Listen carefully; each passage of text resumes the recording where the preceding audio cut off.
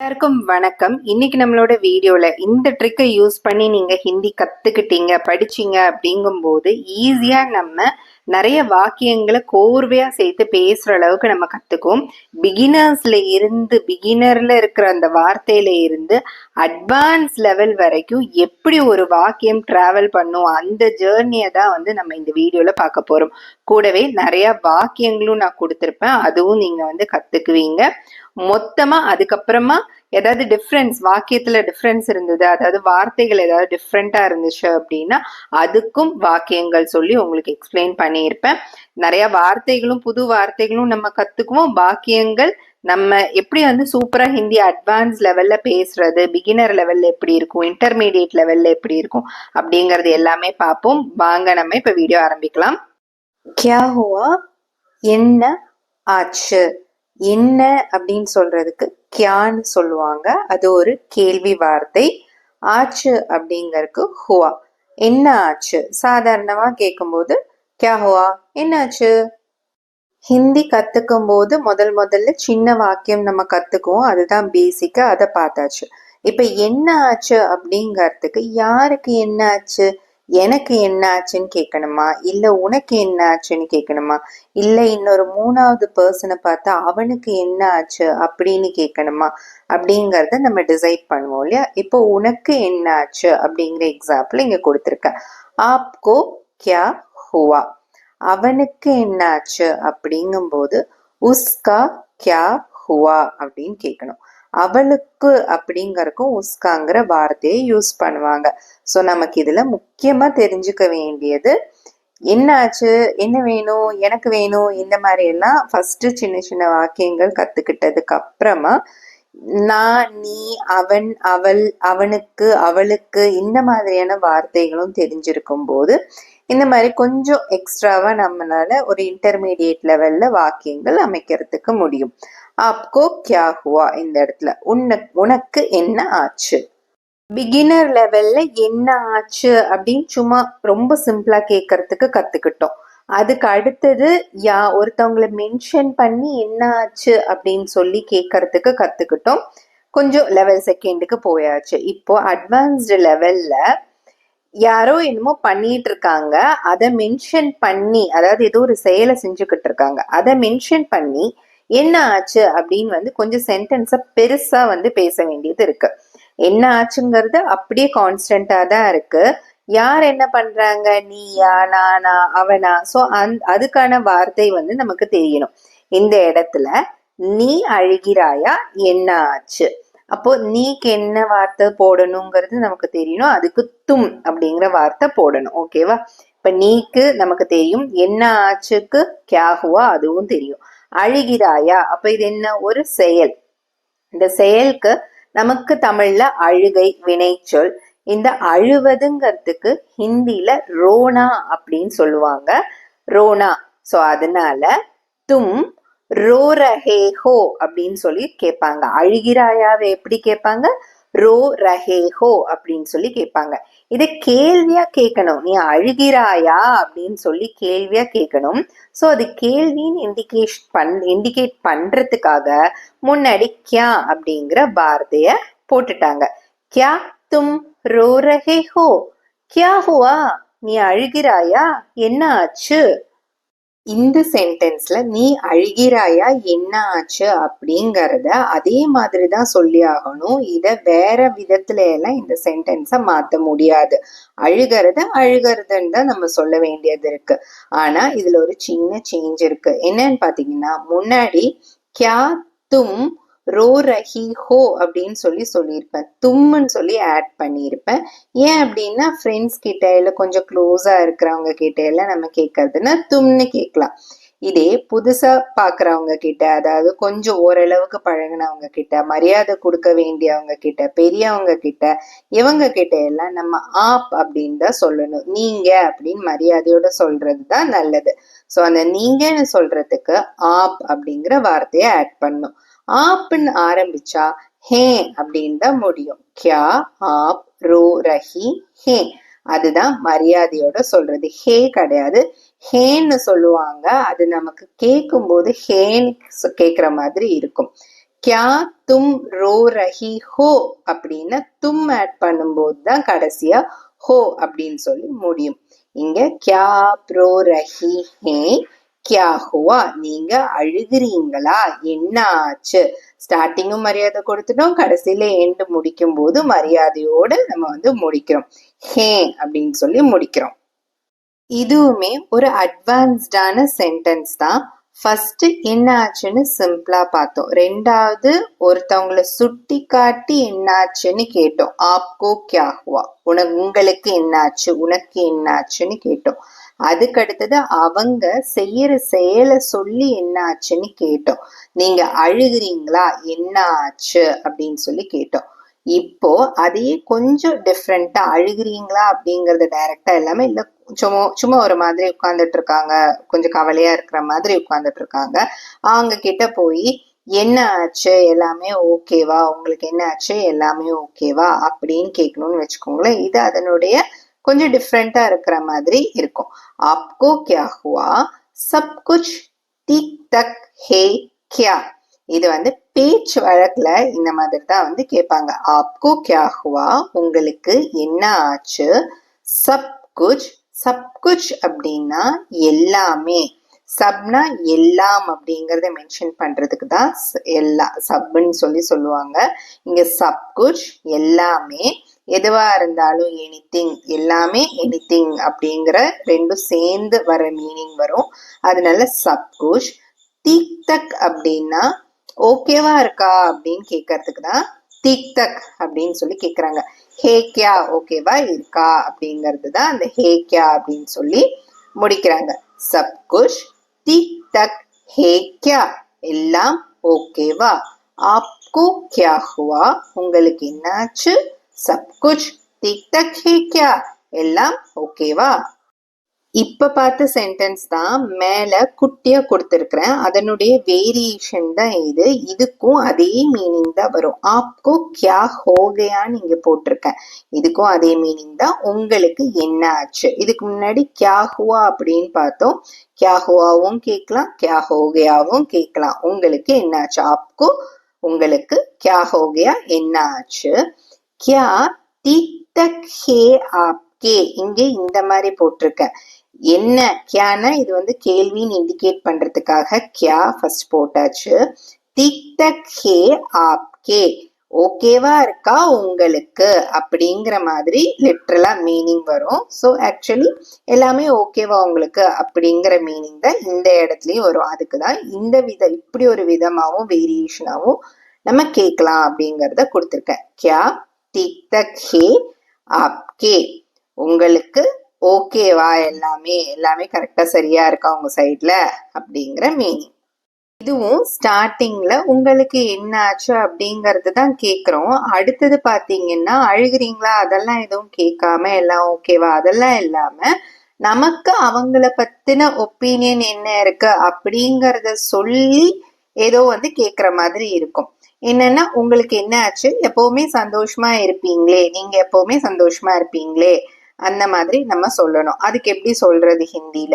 ஆப்கோ கியா Hua, app आमतौर पर खुश रहते हैं அப்படின்னா ஆப்னா நீங்க, ஆம்தோர்னா யூஸ்வலா எப்பவுமே, ஆம்தோர் பர் எப்பவுமே, குஷ் ரெஹத்தே ஹே சந்தோஷமா, ரெஹத்தே ஹேன்னா இருப்பீங்களே அப்படின்னு சொல்லி மரியாதையோட முடிக்கிறோம். ஆப்புன்னு ஆரம்பிச்சதுனால ஹே அப்படின்னு சொல்லி முடிக்கிறோம். இங்க இந்த சென்டென்ஸ இதே மாதிரியான ஒரு கான்செப்ட்ல வேற மாதிரியும் நம்மளால கேட்க முடியும். இங்க அவங்க செய்யற செயலை நம்ம எதுவும் சொல்லல, நம்மளோட ஒப்பீனியனை தான் வந்து நம்ம சொல்றோம்.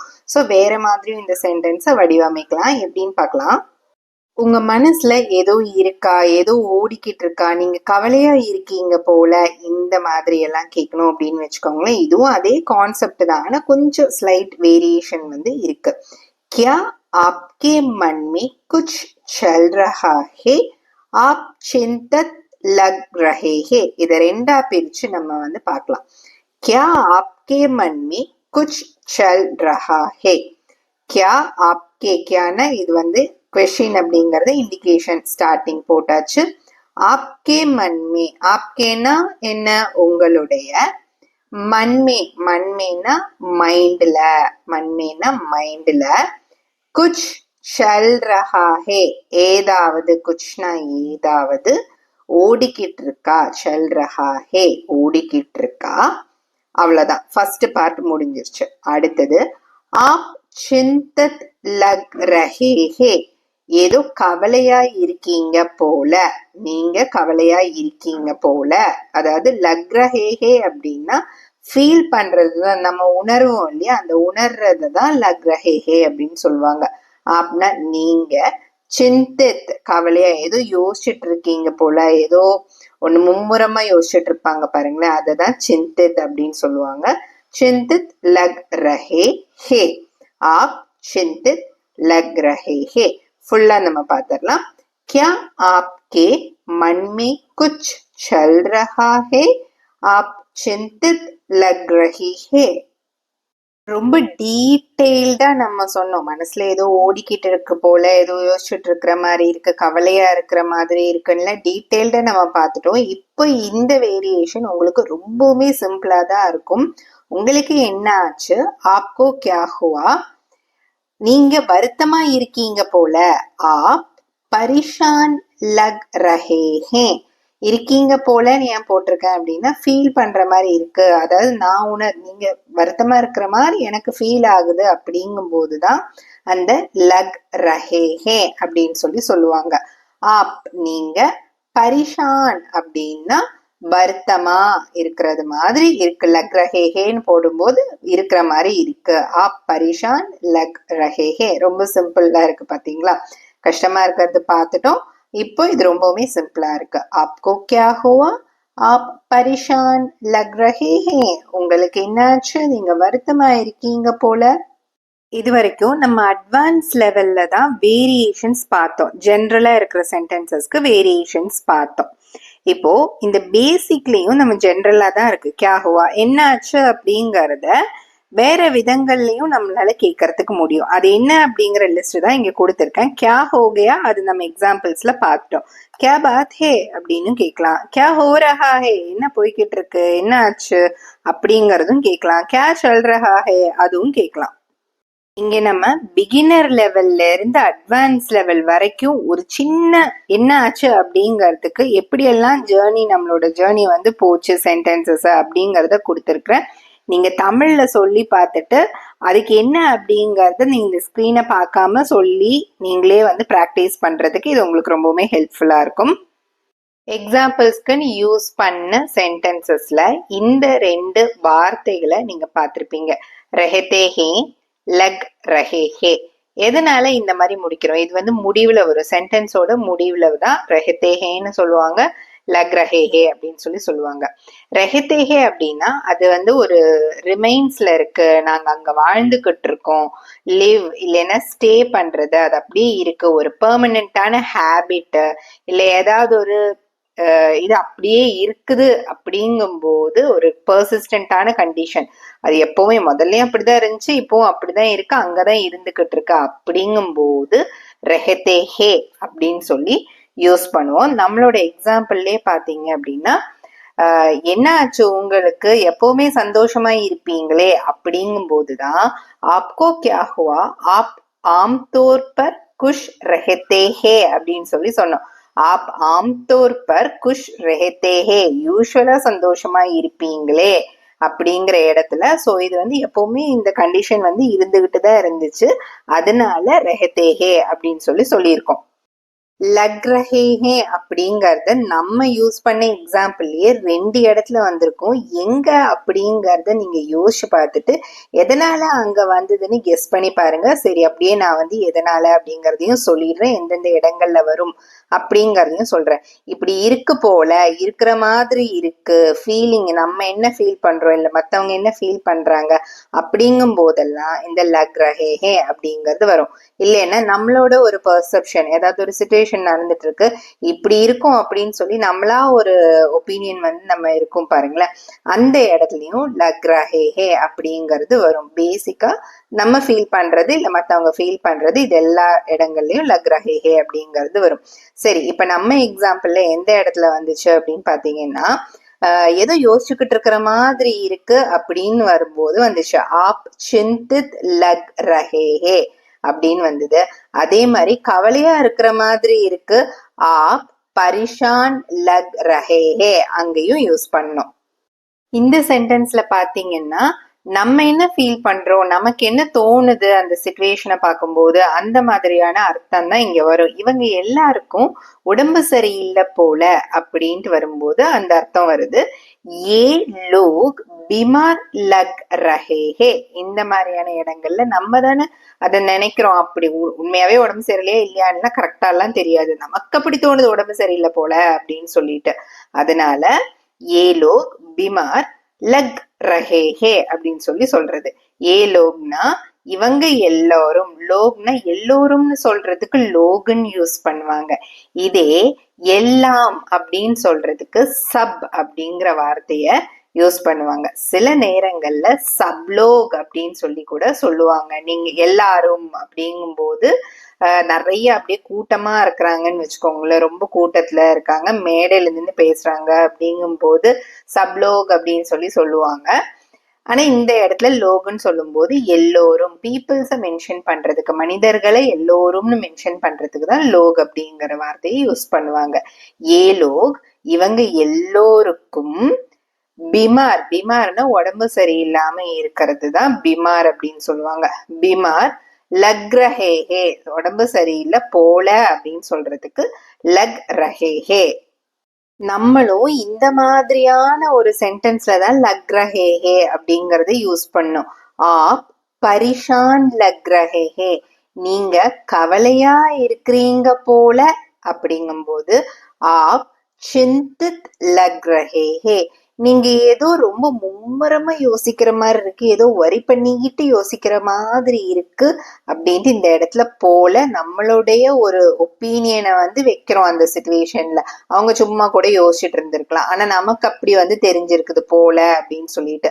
அதனால இந்த இடத்துல லக் ரஹே ஹே அப்படின்னு சொல்லி யூஸ் பண்ணியிருக்கிறோம். அதே மாதிரி கவலையா இருக்கிறாங்களா இல்லையான்னு தெரியாது, ஆனா நம்ம வந்து கவலையா இருக்கிறாங்க அப்படின்னு நம்மளா நினைக்கிறோம் இல்லையா, அந்த பர்செப்ஷனு, அதை வைக்கும் போதுதான் நம்ம அந்த இடத்துல லக் ரஹே ஹே அப்படின்னு சொல்லி யூஸ் பண்ணுவோம்.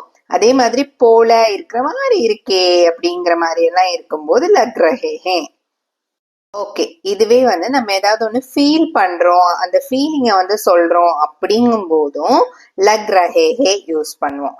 முஜே தண்டா லக் ரஹே ஹே, எனக்கு குளிர்ச்சியா இருக்கு அப்படிங்கறத விட எனக்கு நான் வந்து குளிரா இருக்கிற மாதிரி ஃபீல் பண்றேன், எனக்கு குளிரா இருக்கிறது ஃபீல் ஆகுது இல்லையா, அதை தானே நம்ம சொல்றோம் குளிர்ச்சியா இருக்கு அப்படின்ட்டு. அதனால முஜே தண்டா லக் ரஹே ஹே அப்படின்ட்டு சொல்லணும். இங்க முஜேன்னா எனக்கு, தண்டான்னா குளிர்ச்சியா இருக்கு, சில்லா இருக்கிறது, சில்னஸ், இததான் வந்து தண்டான்னு சொல்லுவாங்க. லக் ரஹே ஹே எதனாலேன்னு சொல்லிட்டேன். இதே எனக்கு சூடா இருக்கு அப்படின்னா முஜே கர்மி லக் ரஹே ஹே அப்படின்னு சொல்லி சொல்லலாம். அதாவது சூடா இருக்கு, ஹாட்டா இருக்கு, ரொம்ப வெயில் அதிகமா இருக்கும் போது அந்த மாதிரி சொல்லலாம். முஜே கர்மி லக் ரஹே ஹே அப்படின்னு சொல்லலாம், எனக்கு சூடா இருக்கு. உஸ்ஸே டர் லக் ரஹா ஹே அப்படின்னா அவன் பயப்படுறான். உசேன்னா அவன் சொல்றதுக்கும் உசேன் யூஸ் பண்ணுவாங்க, அவள்னு சொல்றதுக்கும் உசேன் யூஸ் பண்ணுவாங்க. தர் அப்படின்னு இந்த பயப்படுறது தான் தர் அப்படிங்கிறது. லக் ரஹா ஹே ஏன் யூஸ் பண்ணியிருக்காங்க அப்படின்னா இது ஒரு ஃபீலிங் அப்படிங்கறதுனால, பயப்படுறது ஒரு ஃபீல் இல்லையா, அதனால இந்த லக் ரஹா ஹே யூஸ் பண்ணியிருக்காங்க. உசே தர் லக் ரஹா ஹே, அவன் பயப்படுகிறான். சரி, இது வரைக்கும் நம்ம என்ன ஃபீல் பண்றோம் அப்படிங்கறது, இல்ல மத்தவங்க என்ன ஃபீல் பண்றாங்க அப்படிங்கறதுக்கு முடிக்கும் போது லக் ரஹே ஹே முடிக்கணும், அது பார்த்தாச்சு. அதுக்கு முன்னாடி என்ன பார்த்தோம், அதாவது நம்மளுக்கு என்ன தோணுதோ அவங்க இருக்கிற சிச்சுவேஷன், நம்மளோட பெர்செப்ஷன், நமக்கு தோன்றத சொல்லும் போது லக் ரஹே ஹே அப்படிங்கறத முடிக்கணும் அப்படின்னு பார்த்தோம். இப்போ இந்த இடத்துல பாத்தீங்கன்னா தீஸ் லுக்ஸ் குட், ஏ அச்சா லக் ரஹே ஹே, லுக்ஸ் குட் அதாவது அப்பியரிங், நல்லா இருக்கிற மாதிரி இருக்கு அப்படிங்கும் போது, இருக்கிற மாதிரி இருக்கு அப்படிங்கும் போது லக் ரஹே ஹே அப்படின்னு முடிக்கணும். ஏ அச்சா லக் ரஹே ஹே, ஏன்னா இது, அச்சான நல்லா, நல்லா இருக்கிற மாதிரி இருக்கு, நன்றாக தெரிகிறது அப்படிங்கும்போது ஏ அச்சா லக் ரஹே ஹே. அப்போ இது நல்லா இருக்குன்னு சொல்லும்போது என்ன தெரியுமா சொல்லுவாங்க, ஏ அச்சா ஹே அப்படின்னு சொல்லுவாங்க. இது நல்லா இருக்கு அப்படிங்கறதுக்கு ஏ அச்சா ஹே. இங்க நல்லா இருக்கிற மாதிரி இருக்கு, லுக்ஸ் குட், அந்த அப்பியரிங் வந்து இந்த மாதிரி இருக்கு அப்படின்னு சொல்லும் போதுதான் ஏ அச்சா லக் ரஹே ஹே. இது நல்லா இருக்கு, ஏ அச்சா ஹே. இது நல்லா இருக்கிற மாதிரி இருக்கு, ஏ அச்சா லக் ரஹே ஹே. இதுக்கே இன்னொரு எக்ஸாம்பிள் கூட பாத்திரலாம். நீங்கள் மிகவும் அழகாக தெரிகிறீர்கள், அழகா இருக்கீங்கன்னு சொல்ல, அழகா தெரிகிறீங்க, லுக் வெரி பியூட்டிஃபுல் அப்படிங்கிற மாதிரி சொல்றாங்க. ஆப் பஹுத் சுந்தர் லக் ரஹே ஹே. ஆப்னா நீங்க, பஹுத்னா மிகவும், ரொம்ப, சுந்தர்னா அழகா இருக்கிறீங்கன்னு சொல்லல, தெரிகிறீர்கள், அழகாக தெரிகிறீர்கள், லுக் பியூட்டிஃபுல். இதே இருக்கீங்க, ஆப் பஹுத் சுந்தர் ஹே அப்படின்னு சொல்லுவாங்க. ஆப் பஹுத் சுந்தர் லக் ரஹே ஹே. நீங்கள் மிகவும் அழகாக தெரிகிறீர்கள், நீங்க அழகா இருக்கீங்க. ஆப் பஹுத், பஹுத் கிடையாது, நீங்க ரொம்ப அழகா இருக்கீங்கன்னு சொல்லும் போதுதான் ஆப் பஹுத் சுந்தர் ஹே. நீங்க அழகா இருக்கீங்க, ஆப் சுந்தர் ஹே. என்னுடைய பேரண்ட்ஸ் டெல்லியில வசிக்கிறாங்க அப்படிங்கும் போது அங்க லிவிங், அதாவது அந்த இடத்துல ஸ்டே பண்ணியிருக்காங்க, அங்கதான் இருக்காங்க அப்படிங்கறது அங்க ரிமைன்ஸ், அங்கதான் இருக்காங்க அப்படிங்கும் போது ரெஹத்தே ஹே அப்படிங்கறத முடிக்கணும். மேரே பேரண்ட்ஸ் டெல்லி மே ரெஹத்தே ஹே. மேரே பேரண்ட்ஸ்னா, மேரேனா என்னுடைய, பேரண்ட்ஸ் அப்படியே தான் கொடுத்துருக்கேன். இன்னொன்னு இன்ட்ரெஸ்டானது பாருங்களேன், டெல்லின்னு நம்ம சொல்லுவோம் கரெக்டா, இந்த மாதிரி ப்ரொனவுன்சியேஷன் பண்ணுவோம் நம்ம. இப்ப நார்த் இந்தியா சைட்ல தில்லி அப்படின்னு சொல்லுவாங்க. தில்லி எப்படி சொல்லுவாங்கன்னு பாக்குறேன், இந்த சென்டென்ஸ்ல சொல்றேன் பாருங்க. மேரே பேரண்ட்ஸ் தில்லி மே ரெஹத்தே ஹே அப்படின்னு சொல்லுவாங்க. டெல்லின்னு சொல்லாம தில்லின்னு சொல்லுவாங்க. தில்லி மே, தில்லி மேன டெல்லியில, ரெஹத்தேஹே வசிக்கிறார்கள், இருக்கிறார்கள் அப்படிங்கிற மீனிங் வரும். மேரே பேரண்ட்ஸ் தில்லி மே ரெஹத்தேஹே. நாங்க இங்க 5 வருஷமா இருக்கோம், இத சொல்லுவோம் இல்லையா. ஹம், ஹம்னா நாங்க, யஹா, யஹான்னா இங்க, அங்கேன்னு சொல்றதுக்கு வஹா. 5 சால், 5 சால், 5னா 5, சால்னா வருஷம், 5 வருஷமா, சால் சே ரெஹத்தேஹே இருக்கிறோம், வசித்து வருகிறோம், இங்கதான் இருக்கிறோம் அப்படிங்கிற இந்த ரிமைன்ஸ், லிவிங், ஸ்டேயிங் இந்த மாதிரி எல்லாம் வருது பாருங்க. அதனால ரெஹத்தே ஹே. ஹம் யஹா 5 சால் சே ரெஹத்தே ஹே. நாங்கள் இங்கு 5 வருடங்களாக இருக்கிறோம், இல்லைன்னா வசித்து வருகிறோம் அப்படிங்கறத சொல்றாங்க. ஹம் யஹா, ஹம் யஹா நாங்க இங்க, 5 சால் 5 வருஷமா, 5 சால் சே 5 வருஷமா அப்படின்னு சொல்றதுனால சால் சே ரெஹத்தே ஹே. இப்போ நம்மளுடைய எக்ஸாம்பிள்ல, அதாவது பிகினர்ஸ்ல இருந்து அட்வான்ஸ் லெவலுக்கு போனோம் பாருங்களேன், அங்க நம்ம இந்த எக்ஸாம்பிள்ல ஆப் ஆம்தோர் பர் குஷ் ரஹத்தே ஹே அப்படின்னு சொல்லி பார்த்தோம். அதாவது நீங்க யூஸ்வலா சந்தோஷமா தானே இருப்பீங்க அப்படிங்கறது, ஒருத்தவங்களோட ஹேபிட், அது வந்து பெர்மனண்டான ஹேபிட்டை இங்க குறிக்குது அப்படிங்கறதுனால இந்த இடத்துல ரஹத்தேஹே ஒரு பெர்மனண்டான கேரக்டர், அவரோட கேரக்டர் எப்பவுமே சந்தோஷமா இருப்பாங்க அப்படிங்கிறது தான். அதனால அதாவது யூஸ்வலா, கேஷுவலா, ஆம்தோர்னா கேஷுவலா சந்தோஷமா தானே இருப்பீங்க அப்படிங்கறதுனால இங்க ரஹத்தேஹேன்னு யூஸ் பண்ணோம். இதுக்கு முன்னாடி நம்ம பார்த்த 2 எக்ஸாம்பிள்ல லிவிங், அதாவது ஸ்டே பண்றது, அவங்க அங்க இருக்காங்க அப்படிங்கறத குறிப்பிடும் போது ரெஹத்தேஹே அப்படிங்கறத பார்த்தோம். இந்த மாதிரி 2 இடங்கள்லயும் ரெஹத்தேஹேங்கிற வார்த்தைய யூஸ் பண்ணுவாங்க. ஒருத்தவங்க ஒரு இடத்துல இருக்கிறாங்க அப்படிங்கும் போதும், இல்ல ஒரு பெர்மனண்டான ஒரு கேரக்டர், இல்லைன்னா ஹேபிட், இல்லைன்னா ஒரு கண்டிஷன்ஸ், இந்த மாதிரி எல்லாம் பெர்மனன்ட் குறிக்குது, ஒரு பெர்மனன்சி நிரந்தரமா இருக்கு அப்படிங்கும் போது ரெஹத்தேஹே அப்படிங்கிற வார்த்தையை யூஸ் பண்ணுவோம் கடைசியில. இந்த எக்ஸாம்பிள்ல கூட ஒரு பர்சனோட பெர்மனண்டான ஹேபிட்டை தான் வந்து குறிக்குது. அவர் எப்போதும் மகிழ்ச்சியாக இருக்கிறார் அப்படிங்கிறது. அதாவது அவர் அப்படிங்கிறது வோன்னு சொன்னோன்னா மரியாதையோட சொல்றது அவர். ஹமேஷா எப்பவுமே, ஹமேஷான்னா எப்பவுமே, குஷ்னா சந்தோஷமா இருக்கிறாங்க அப்படிங்கறத ரஹத்தாஹே அப்படின்னு சொல்லி சொல்றது. எப்பவுமே சந்தோஷமா இருக்கிறார்கள் அப்படிங்கிறதுக்கு தான் ரஹதா ஹே அப்படின்னு சொல்றோம். இந்த இடத்துல ஒரு ப்ரெசன்ட், அதாவது பெர்மனண்டான ஹேபிட், நிரந்தரமா எப்பவுமே வந்து இவங்க இப்படி இருப்பாங்க அப்படிங்கிறது. அங்க நம்ம ஆம்தோர் அப்படிங்கிற வார்த்தையை யூஸ் பண்ணியிருந்தோம். என்ன சொல்றதுக்கு? ஆப் ஆம்தோர் பர் குஷ் ரஹத்தே ஹே அப்படின்னு சொல்லியிருந்தோம். ஆம்தோர் அப்படின்னா கேஷுவலா, யூஸ்வலா அப்படிங்கிற மீனிங் வந்து வரும். இந்த இடத்துல ஹமேஷா அப்படின்னா எப்பவுமே, எப்பவுமே அப்படிங்கும்போது ஹமேஷான்னு யூஸ் பண்ணிக்கணும். ஓ ஹமேஷா குஷ் ரஹதா ஹே, எப்பவுமே சந்தோஷமா இருக்கிறாரு அப்படின்னு சொல்றதுனால குஷ் ரஹதா ஹேன்னு யூஸ் பண்றோம். இந்த 2 வார்த்தைகளுமே நம்மளுடைய எக்ஸாம்பிள்ஸ்ல யூஸ் பண்ணோம். கிட்டத்தட்ட ஒரே மாதிரி இருக்கிற மாதிரி இருந்துச்சு. அதனால இதை வந்து கிளியரா பாத்திரலாம் அப்படின்னு வந்து எடுத்திருக்கிறேன். ஆம்தோர் அப்படின்னு பாத்தீங்கன்னா யூஸ்வலா, ஜெனரலா, மோஸ்ட்லி அந்த மாதிரியான இடங்கள்ல ஆம்தோரை யூஸ் பண்ணுவோம். ஹமேஷா அப்படின்னு பாத்தீங்கன்னா எப்பவுமே, எல்லா நேரமும், எல்லா டைமும், அந்த கன்சிஸ்டன்ட் அப்படிங்கிறது வந்து ஹமேஷால இருக்கும். ஆம்தோர்ல யூஸ்வல் தான் இருக்குமே தவிர அந்த கன்சிஸ்டன்ட் எப்பவுமே அப்படிங்கிற மாதிரி இருக்காது. இப்ப பாருங்க, வழக்கமா நான் நேரமே எந்திரிச்சிருவேன் அப்படிங்கும்போது வழக்கமா டெய்லியும் அப்படிங்கறத அவங்க சொல்லல.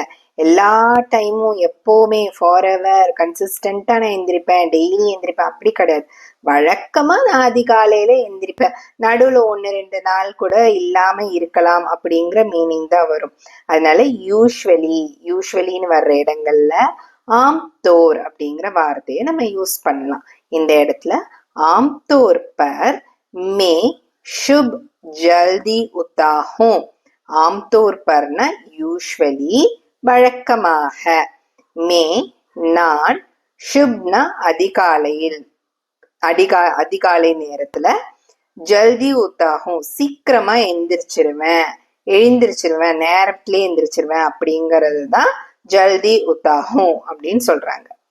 டெல்லியில வழக்கமா அக்டோபர் மாசம் குளிர் வந்து தொடங்கும் அப்படின்னு சொல்றோம். அதாவது யூஸ்வலி ஜெனரலி இந்த மாதிரி இடங்கள்ல தான் ஆம்தோர் வந்து யூஸ் பண்ணியிருக்கணும்.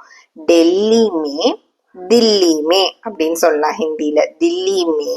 தில்லியில, ஆம்தோர் பர் ஜெனரலா, அக்டோபர்ல குளிர் தண்டா ஸ்டார்ட் ஆகும், தொடங்கும், ஷுரு ஹோ ஜாத்தி ஹே, தொடங்கும். அப்படி தொடங்கறதுக்கு ஷுரு கர்த்தே ஹே அப்படின்னு சொல்லும் போது தொடங்கலாம் அப்படிங்கிற மாதிரி மீனிங். தொடங்கறதுக்கு ஷுருன்னு சொல்லுவாங்க. ஷுரு ஹோ ஜாத்தி ஹே, தொடங்கும், ஆரம்பிச்சிரும் அப்படிங்கறத இந்த இடத்துல ஷுரு ஹோ ஜாத்தி ஹே அப்படின்னு சொல்றாங்க. அவர் வழக்கமாக ஆபீஸ்க்கு சரியான நேரத்துல வந்துருவாரு அப்படிங்கறதுல இங்க மீனிங் என்ன வருது? யூஸ்வலான, எப்பவுமே டெய்லியுமே வருவாங்க அப்படிங்கறத சொல்லவே இல்லை. எல்லா டைமும் அப்படின்லாம் சொல்லல, வழக்கமா யூஸ்வலா. சோ அதனால இந்த இடத்துல என்ன யூஸ் பண்ணும்? ஆம்தோர் அப்படின்னு யூஸ் பண்ணும். ஓ அவர், ஆம்தோர் பர் யூஸ்வலி அதாவது வழக்கமாக, office time per he office டைம்க்கு வந்துருவாரு, ஆத்தி ஹே office time per he office நேரத்துல, கரெக்டான ஆபீஸ் நேரத்துல, ஆத்தி ஹே வருவார் அப்படின்னு சொல்றாங்க. वो आमतौर पर ஆபீஸ் டைம் பர் ஹி ஆத்தி ஹே. இதுவே ஹமேஷான்னா நான் என்ன சொல்லியிருந்தேன்? எப்பவுமே, எல்லா நேரமும், ஆல் டைம், ஆல்வேஸ், ஃபாரெவர் இந்த மாதிரி இடங்கள்ல எல்லாம் ஹமேஷான்னு யூஸ் பண்ணும். உங்களுக்கு உதவ நான் எப்போதும் இருக்கிறேன் அப்படின்னு சொல்லும்போது இந்த இடத்துல எப்போதும்னு வருது. அதனால இங்க என்ன யூஸ் பண்ணும்? ஹமேஷான்னு யூஸ் பண்ணும். ஹமேஷா, நான், ஹமேஷான்னா எப்பவும், துமாரினா உங்களுக்கு, ஹெல்ப் கேலியேகும் ஹெல்ப் பண்றதுக்காக இருக்கேன் அப்படின்னு சொல்றதுக்கு தான் ஹெல்ப் கேலியேகும் அப்படின்னு சொல்லி முடிக்கிறாங்க. அவர் எப்பவுமே போன்ல பிஸியா இருப்பாரு. இங்கேயும் எப்பவுமே வருது இல்லையா, அதனால ஹமேஷான் தான் யூஸ் பண்ணும். அவர் ஹமேஷா எப்பவுமே போன் மே பிஸி ரெஹத்தா ஹே, பிஸியாவே இருப்பாரு. இங்க பாத்தீங்கன்னா கொஞ்ச நேரத்துக்கு முன்னாடி இந்த ரெஹத்தா ஹேங்கிறத எந்த இடத்துல யூஸ் பண்ணணும்னு பார்த்தோம். அந்த இருப்பாங்க, அந்த ஸ்டே, ஒருத்தவங்க ஒரு இடத்துல ஸ்டே பண்ணியிருக்கிறாங்க, அங்க இருக்கிறாங்க அப்படிங்கும்போது இந்த இடத்துல இருப்பாங்க, அவர் வந்து பிஸியா இருப்பாரு, அந்த இடத்துல இருப்பாருன்னு சொல்ல, பிஸியா இருப்பாருன்னு சொல்லும் போதும் ரெஹத்தா ஹே அப்படிங்கறதுல தான் முடிக்கணும். वो हमेशा फोन में बिजी रहता है, அவர் எப்போதும் தொலைபேசியில் பிஸியாக இருப்பார். யூஸ்வலாவே அவன் ஆஃபீஸ்க்கு லேட்டா வருவான் அப்படிங்கும்போது ஆம்தோருங்கிற வார்த்தையை யூஸ் பண்ணாங்க. யூஸ்வலா அப்படின்னு இருக்கு. இல்ல எப்பவுமே அவன் லேட்டா வருவான் அப்படின்னு சொன்னா ஹமேஷா அப்படிங்கிற வார்த்தையை அந்த இடத்துல யூஸ் பண்ணலாம். இதுவே வந்து எப்பவுமே எனக்கு ஒண்ணு பிடிக்கும் அப்படிங்கும்போது ஹமேஷா அப்படிங்கிற வார்த்தையை அந்த இடத்துல யூஸ் பண்ணலாம். தன்யவாத், நன்றி, தேங்க்யூ.